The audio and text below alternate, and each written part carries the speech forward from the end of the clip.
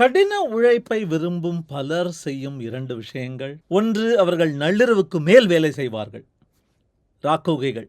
இல்லையெனில் மிக அதிகாலையில் எழுந்து கடின உழைப்பில் இறங்கி விடுவார்கள், வானம்பாடிகள். இதோ டாக்டர் வாக்கர் மூலமாக இரு தரப்பினருக்குமே கெட்ட செய்தி.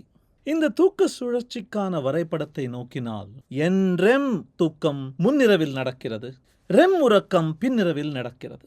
நீங்கள் நள்ளிரவு வரை விழித்திருந்தால் NREM பாதிக்கப்படுகிறது. உங்கள் மூளையால் தூங்கச் செல்லும் முன் சேமித்த அத்தனை தேவையற்ற குப்பைகளை அகற்ற முடியாமல் போகிறது. மிகவும் அதிகாலையில் எழுந்தால் REM தூக்கம் பாதிக்கப்படுகிறது. உங்கள் மூளையால் புதிய மற்றும் நீண்ட நினைவுகளுக்கான அந்த அடித்தளத்தை அமைக்க முடியாமல் ஆகிவிடுகிறது.